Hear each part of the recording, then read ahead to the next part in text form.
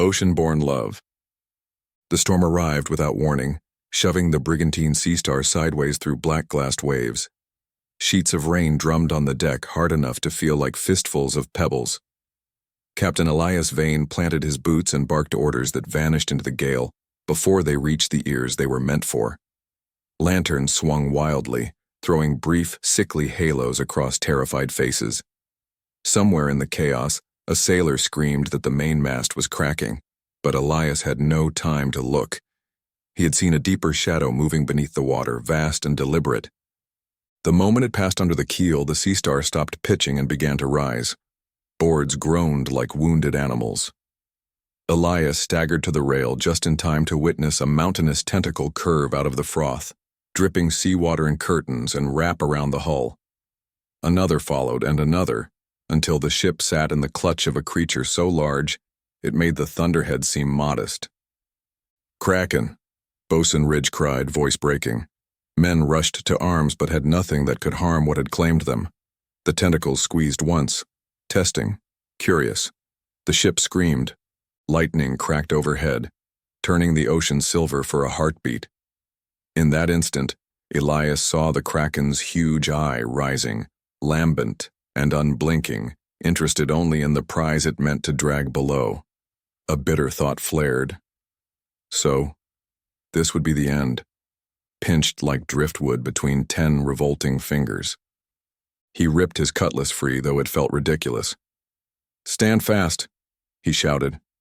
"If we're going under, we'll curse the beast so foul it'll choke on our bones." The Kraken lifted the Sea Star higher. Waterfall torrents crashed from the hull. Several sailors lost their grip and tumbled across the slick planks. Elias braced, teeth bared, waiting for the plunge. A colossal splash detonated to starboard. The sea heaved outward as something even larger broke the surface, rising, until it dwarfed the Kraken and the vessel together. Moonlight clawed through the cloud rift long enough to reveal a face, radiant, fierce, framed in cascades of sea-green hair. Shoulders like rolling cliffs, arms lit with bands of glowing scales, a torso that vanished into a tail thicker than the mainmast. The Kraken froze. The gargantuan mermaid wagged a finger the size of a mizzen spar. "Snortles!" she scolded, every syllable vibrating through air and water alike. "Bad Kraken. Put that ship down right now." Elias blinked salt from his eyes. Surely he imagined this, but the crew around him had gone perfectly silent, mouths hanging open. The Kraken, Snortles, faltered, tentacles loosening as though caught pilfering from the galley. Its great eye flicked between the mermaid and the ship like a dog deciding whether to drop a shoe. Another stern look from the mermaid settled the matter. With sulky care it lowered the Sea Star until the keel kissed the wave tops again. The tentacles slid away and disappeared beneath churning foam. Timbers slapped back into place. The ship heaved but floated. Bosun Ridge sagged to his knees. "Saints preserve us." Elias cleared his throat. "Madam," he croaked at the towering apparition, "my endless thanks, but might I ask?" His words died when she leaned closer, her face filling half the sky.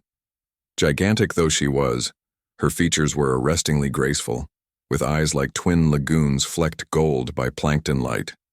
She inspected the deck as a gardener might examine fragile seedlings. "No one hurt?" Her tone softened, still thunder to mortal ears. "Snortles means well. He's young and rather enthusiastic." "We are—" Elias glanced at men pressed against rails, ready to jump if she sneezed. "Mostly unbroken, Princess." She brightened. "You recognize royalty? How refreshing."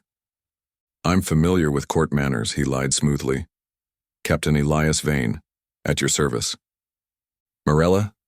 she said, touching a hand to her chest where pearls the size of wagon wheels formed a necklace. "Crown Princess of the Midwater Realms." Lightning flared again. Rain began to ease.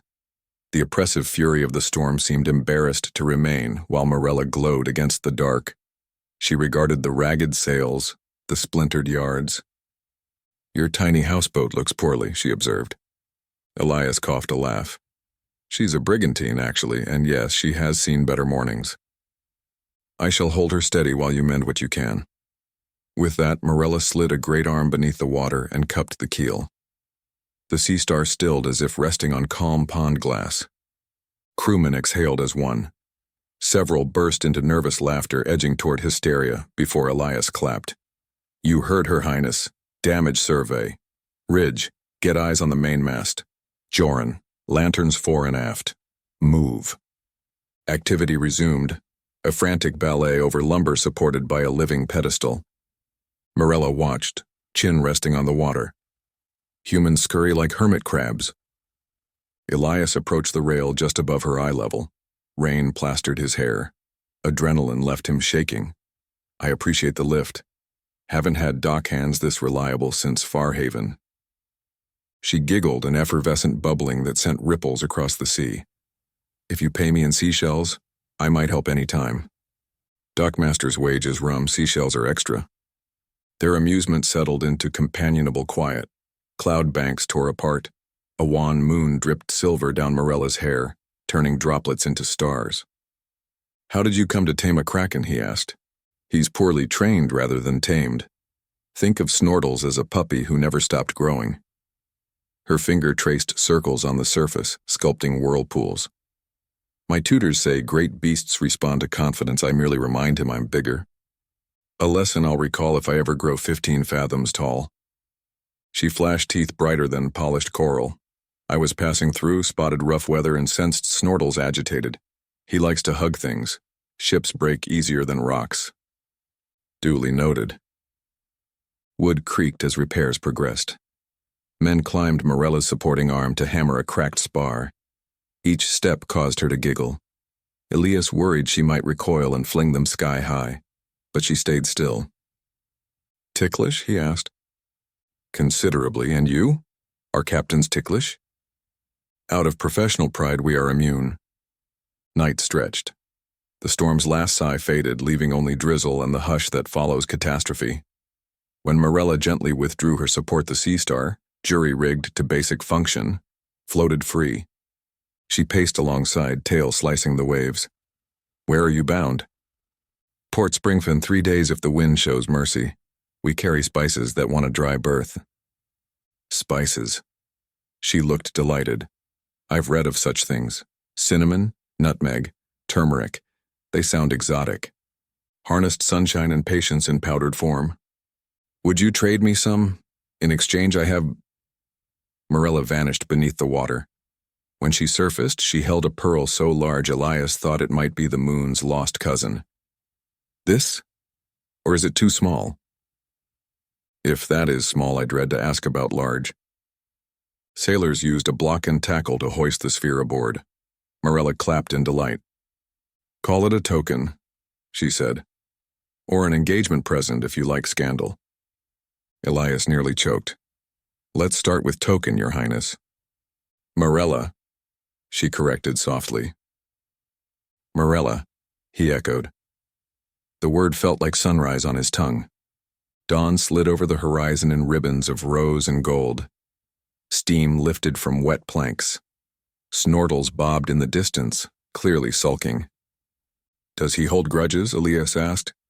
Only until next snack time. Morning watch changed, coffee brewed. The aroma drifted across calm waves. Marella sniffed. What scent is that? Bean water fit for gods and pirates. Care to try? Tiny cups would vanish between my fingers. Ridge fetched a spare cauldron. Marella sipped, eyes widening. Bitter lightning. Delicious. Conversation flowed easy as tide. Every so often she hummed, trying to copy a shanty he taught her. It went appallingly off-key. Elias laughed until tears cut new salt on his cheeks. By afternoon, the Sea Star neared a chain of low islands perfect for anchoring and more thorough repairs. Marella halted. I must report home before sundown. Will you anchor here tonight? Aye, we need to remast the mainsail anyhow. I shall return at moonrise. With a smile, she dove. The sea closed over her like a curtain. Silence washed the deck. Then Bosun Ridge slapped Elias's back. Captain, if you don't marry that creature, I swear I will. Elias swatted him away but could not stop grinning. Back to work, dreamers. Anchors bit sand in a sheltered cove. Rigging was lowered, planks replaced. By dusk, the Sea Star bore scars but strutted again. Elias stood alone on the quarterdeck, clutching coffee gone cold. A splash announced Morella's return. She surfaced quietly, luminous scales reflecting starlight. Permission to come alongside, she asked. Granted indefinitely. He leaned on the rail. How went your reporting? Father grumbled, mother worried. My tutor sighed. She rolled her plate-sized eyes. I told them I found a ship in distress and rendered aid as any good princess should. And the Kraken? Doing penance scraping barnacles off palace walls. He hates barnacles. They spoke until the moon climbed high. Morella told tales of glowing forests of plankton and deep-sea festivals. Elias answered with stories of desert ports and sky whales he'd sworn he saw as a boy. When Morella slipped beneath the water, Elias remained on deck, unable to recall a time when the horizon felt so full of possibility. Morning brought fresh wind. Shortly after sunrise, Morella appeared, towing a barrel-sized conch stuffed with gleaming fish. For breakfast, Snortles surfaced behind her, eye-bright, tentacles waving like a flag of truce. He comes in peace? Elias asked. He comes hungry. Feed him and he'll behave. The crew tossed fish. Fear melted to fascination. Cabin boy Finn chatted with Snortles as though the beast were a scaly dog. By midday, the island chain slipped astern. Morella swam loops around the brigantine, sometimes resting her chin on the rail to observe carpenters splicing rope. She was particularly interested in Finn's stories of land toys and pastries. In return, she taught him how to say thank you, in the ancient tongue of sea turtles, a series of whistles Finn practiced with vigor. Late afternoon brought distant horn blasts. Morella's expression clouded. Trouble? Elias asked. My father's guards. They track royal presence by shell resonators. She sighed. They don't appreciate my hobbies. Sleek merfolk soldiers breached, forming a semicircle. Their leader, Captain Dorsich, called up. Princess Morella, you are commanded to return to the court at once. Surface interactions are suspended by decree of King Orinar. Morella straightened. Inform my father I have duties here. Your duties lie below, Dorsich insisted. Elias whispered, I can navigate without escort, but I'd rather not. She offered him a small smile before addressing the guard. I refuse. You may relay that. Dorsich's gaze narrowed. Defiance will be recorded. He sounded a conch. 2 more Krakens emerged, smaller than Snortles, yet fearsome.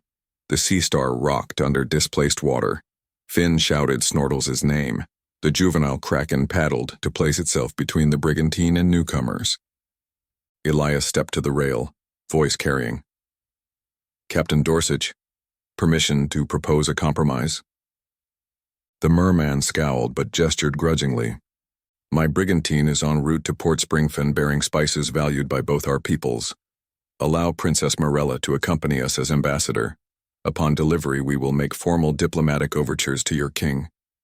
Dorsich frowned, then nodded. 1 moon cycle. Then the princess returns for audience. Agreed. The guards dispersed. Morella released a sigh that stirred Elias's hair. You bargain well, Captain. I fear my tongue ran ahead of my charts, he admitted. But if a bargain spares blood, it's fair trade. She beamed. Stars pricked the sky as the Sea Star sailed on, flanked by 1 devoted mermaid princess and a reformed Kraken pup whose tentacle occasionally waved like a banner of triumph. A haze of moonlit spray trailed the Sea Star as it pressed eastward through gentle swells, its patched canvas ballooning with cooperative wind. Morella swam at a respectful distance so her wake would not swamp the decks. But every few minutes she drifted closer to ask questions or simply trade smiles with the man who, by clever tongue, had bought them a month of shared horizon. Elias found it absurdly easy to tell time by those visits. Whenever she vanished, the world felt suddenly thinner. At first light, the crew lowered baskets filled with cinnamon sticks and curls of shaved nutmeg. Morella lifted them delicately, smelling each like a child discovering sweets. The spices made her sneeze, an echoing boom that rattled portals. But she begged for another whiff. Elias demonstrated grating cinnamon against a small file. The splinters floated on the breeze, and Morella purred at the aroma. She responded by surfacing with ribbon kelp, soaked in amber brine. The sailors chewed it, discovered it tasted of candied salt, and immediately began planning a cargo line from Sea Palace to spice ports. When watch bells rang midday, Finn trotted to the rail holding a battered concertina. "Princess, you promised we'd practice the ballad." "I have warmed my vocal currents," Morella declared gravely, though the twinkle in her lagoon eyes hinted mischief. She inhaled, then released a note aimed for high C and landed somewhere between foghorn and seagull squeal. The sound slapped canvas, rattled blocks and tackles, and popped at least 2 men clean off their feet. Finn collapsed in laughter. Morella clapped both hands over her mouth, sending miniature breakers against the hull. "I did warn you I was off-key," she mumbled. Elias steadied a reeving line. "You merely need guidance." He cleared his throat and began the shanty low and slow, drawing the words across the deck like a warm net. "Oh, the tides may roll and the storm may roar, but a sailor's heart yearns for one wave more." Finn pumped the concertina in approximate rhythm. Ridge's gravel baritone joined, then Nightwatch Saul's airy tenor. Morella marked each phrase, tried again. Her second attempt cracked less glass and actually curved into harmony on the refrain. By the third chorus, she matched pitch with astonishing accuracy, her booming voice sliding into a melodious bell that reverberated through every rib of the ship. Snortles surfaced, tentacles waving like a conductor's baton. When the final chord faded, gulls wheeled over the mastheads, crying approval. "That," Morella announced, "was profoundly satisfying. My tutors insist diplomacy requires polite conversation, but I begin to suspect it truly requires music." Elias bowed. "Song is merely conversation that refuses to whisper." That night he found himself on the forecastle hatch, legs dangling above star reflections. Morella reclined beside the hull, half submerged, cheek resting on folded arms. The moon set a road of silver between them. "Does the sea ever feel lonely?" he asked. "Only when it forgets the sky is watching." She studied him with luminous eyes. "And you, Captain? You wander more than most humans. Is that loneliness, or something else?" He traced a knuckle along the railing. "Restlessness, perhaps. I was fostered in 3 ports before I could read a map. Each time I learned a new anthem, a new smell of streets. Now motion feels like home. But sometimes I anchor and wonder whether I'm truly moving forward or simply in circles." "Circles are sacred shapes below," Morella mused. "Currents loop, whales sing in spirals. Some journeys have no line from start to finish. They are dances. A comforting thought if the circles include good company." She dipped her chin, waves glimmering across her cheeks like freckles. A hush lengthened into something that felt suspiciously like the edge of a kiss, hindered only by 12 feet of height difference. At last she spoke. "Would you like to see a wonder?" "Always." Morella rose to her full, impossible height, then drifted sternward, finger beckoning. Elias followed along the deck until they reached the taffrail. There she opened her palm. Glowing globes no larger than marbles shimmered inside, swirling turquoise and gold. "Dragonfish eggs," she explained. "They must breathe night air once before hatching. Will you help set them free?" Elias cupped his hands. She poured them gently, and together they released the orbs one by one. The eggs bobbed away, pulsing light. When the clutch spread across the wake, they flashed in synchrony, a tiny constellation blooming on the sea. The sight pinched Elias's heart in ways no horizon had managed in years. Days passed slick as otters. Morella kept pace while Snortles adopted the sea star outright, fetching lost barrels and playing tug-of-war with frayed mooring lines to the squealing delight of Finn. Whenever the Kraken grew too enthusiastic, Morella snapped a single command, "Gentle," and he settled like a scolded puppy. Even Bosun Ridge admitted that an obedient sea monster cut repair time in half. On the fifth morning, lookout whistles shrilled.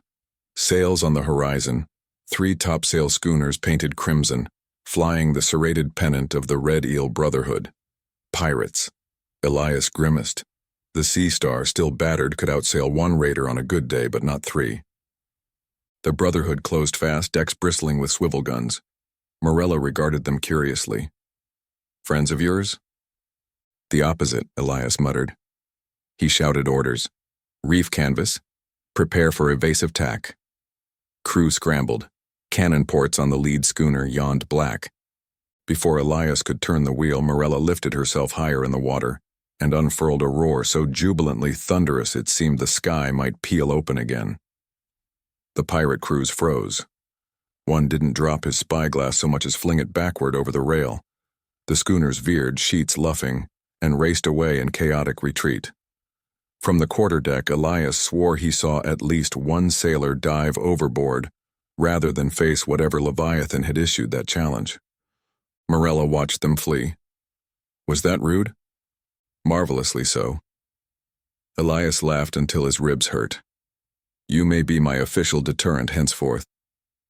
I'll require payment in more coffee. Done. By late afternoon, gulls thickened, heralding land. Port Springfen unfolded from the haze, stone breakwaters, terracotta roofs, towers painted ochre by slanting sun. Merchants crowded wharfs, flags flapped, and somewhere a distant clock told 2 bells. But as soon as Morella's head breached the outer harbor, pandemonium erupted. Fisher skiffs capsized in their haste to turn. Longshoremen dropped crates of saffron and fled. Youths pointed cheering and shrieking. Rumor leaped along the quays like wildfire. Sea goddess arrives with Kraken pet.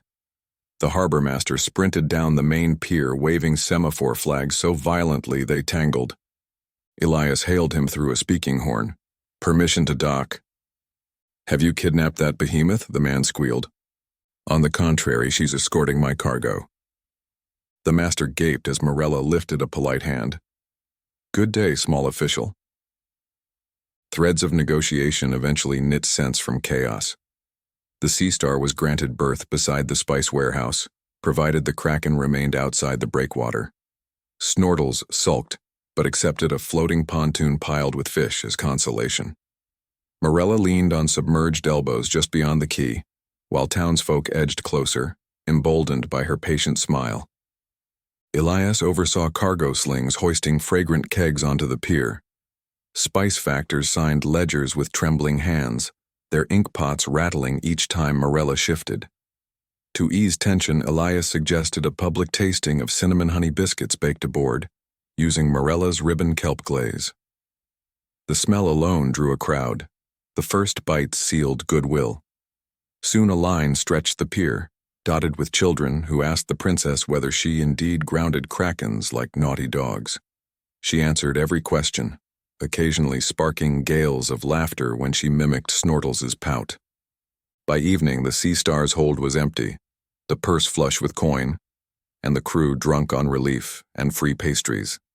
Elias found Morella floating near the lighthouse, watching cormorants dive. Does the land meet expectations? He asked. Humans laugh with their whole bodies, she replied. It's contagious. But a shadow lingered in her tone. Tomorrow marks 1/4 of my moon cycle. Elias felt the deck tilt, though the water lay calm. Time slid faster than canvas on wind. He forced a smile. Then we'll make tomorrow memorable. That night he and Ridge scoured the town for gifts suitable for a mermaid 3 times the ship. A jeweler's shop produced a necklace of gold plates, hammered wafer thin. A cooper supplied silver hoops large enough for anchor rings. None felt right. In the end, Elias purchased a simple brass spyglass inlaid with ivory swirls. He spent an hour carving the wooden case, etching a compass rose whose points ended in tiny encircling waves. Back aboard, lanterns were strung along stays, turning the Sea Star into a floating ballroom. Cooks draped netted lantern jellies over wooden bowls. They pulsed blue, shedding fairy light. Morella surfaced to gasps of awe at the transformation. Music struck up. Concertina, mandolin, a scraped fiddle Finn passed beginner notes on. Sailors danced reels, though space was tight and toes bruised. Morella kept rhythm by drumming a finger against the water, sending timed ripples that slapped the hull in percussive echo. When Elias offered to teach her a waltz, she laughed until tears brightened the tide, pointing out that one misstep from her could flatten the mainmast. So instead he stepped to the rail and she rested both index fingers on his palms, and they swayed, ship and sea, in slow unison under lantern glow. Later he led her to starboard where a plank extended like a low balcony. He produced the spyglass. "For you," he said, "so the sky won't feel so far when you're below." She pinched it delicately. "And so I may always watch for a certain brigantine," she teased. Then her humor faltered, replaced by something bare and bright. "I fear when this voyage ends, the quiet will echo." "Then let's not end it," Elias blurted. "Sail with me. I'll chart trade routes that serve both our realms, write treaties, sing shanties off-key so you can correct me." A joy flinch crossed her face, quickly dimmed by doubt. "My father judges the surface treacherous. Guards already file reports. He insisted on one moon only." "Kings can be persuaded," Elias argued, "and queens even more so." "And if they refuse?" He had no answer grand enough. So he touched the spyglass case. "Then this will carry my voice across the water until they change their minds. I can shout very loudly through carved wood." Tears welled in her eyes. They glowed like molten pearl. Elias leaned forward on the plank until his forehead rested against hers, a gesture possible thanks to the slight list of the anchored ship. Breath mixed with sea mist. The world narrowed to salt and heartbeat. Heavy splashes broke the moment. Dorsick and 24 guards surfaced in tight formation, tridents upright. "Princess," Dorsick called, "audience rescheduled. You will accompany us immediately." Morella straightened. "Captain, the agreement grants me 24 more nights." "The king has overruled." Elias felt anger climb his throat like hot tar. "She has done nothing but assist trade and prevent disaster. Springfen will sign testimony." "If the king wished parchment, he would have sent a scribe," Dorsick answered. Tension returned as suffocating as storm humidity. Snortles bobbed nearer, sensing Morella's distress. Guards angled tridents. Morella raised a hand. "Stand down, all of you." Her voice was calm, but beneath the calm ran a riptide. "I will return, Captain Dorsick, because I choose to honor my father, not because you order me. But I will depart at dawn, after farewells." She looked to Elias, question in her eyes. He lifted his chin. "Dawn, then." The guard sank, satisfied but wary. Morella exhaled hard enough to ripple lantern flames. "Elias." "We'll use tonight," he interrupted gently. "No talk of endings." They did. They shared honey kelp cake from a cauldron lid turned platter. Finn performed a heroic whistle solo in turtle tongue that reduced everyone to snorts. Ridge attempted a love poem and forgot half the words, which somehow improved it.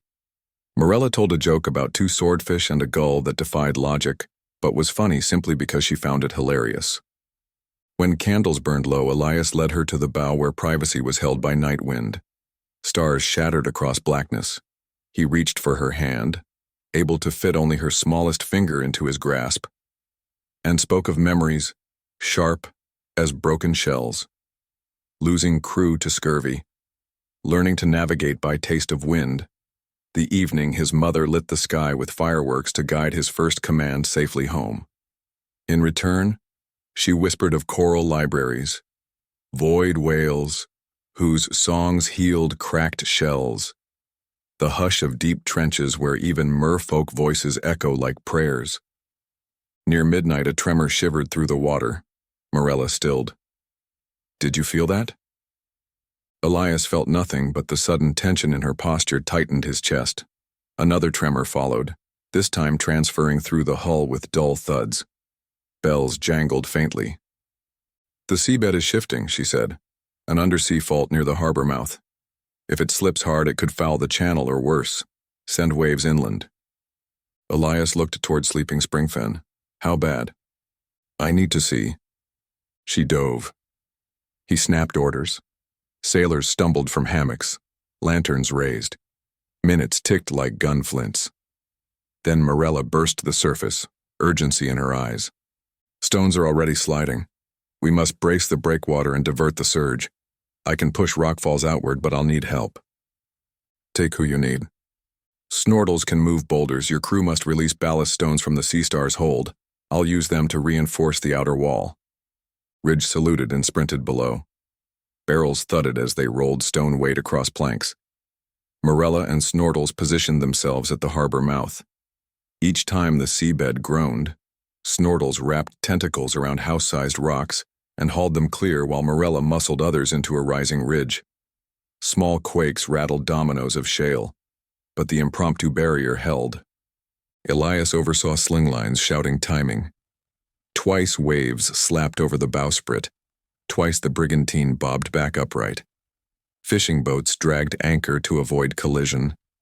Sleepy townsfolk rushed the piers, faces pale in lamplight to witness a Mermaid and Kraken performing engineering feats that would shame master masons. As the gray smear of dawn touched the east, the tremors eased. A final plume of silt swirled from the seabed and settled against the new barrier. Morella surfaced, shoulders heaving, salt streaming down her hair like champagne.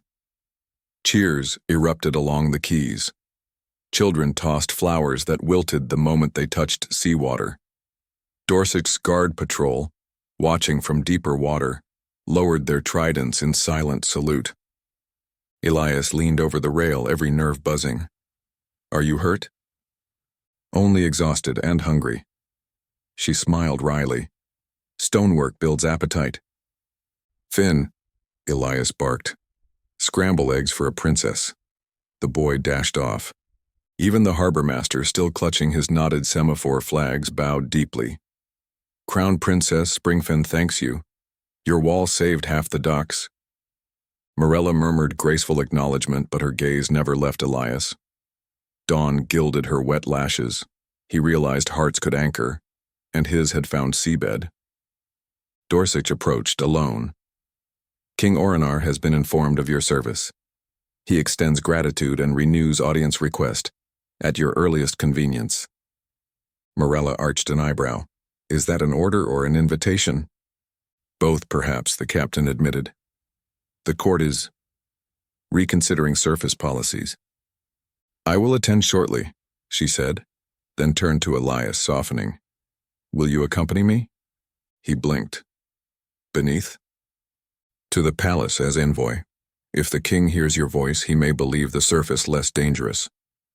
And, she added with a spark that set his pulse galloping, I would like to introduce you to my mother, before she decides my heart is ruled by rumor. The ocean spun beneath his feet, though the deck stood still. I'll need a diving bell, he managed, and nerves of iron. I have both. One moon became two, it seems.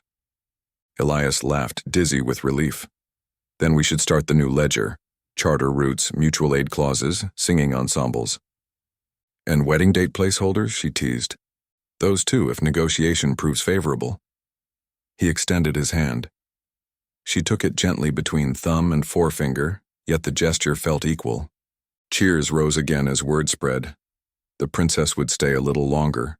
The captain would dive to realms unseen, and trade would bloom like coral between worlds. Finn ran to the bow, waving a breakfast plate, piled with eggs and seaweed fritters.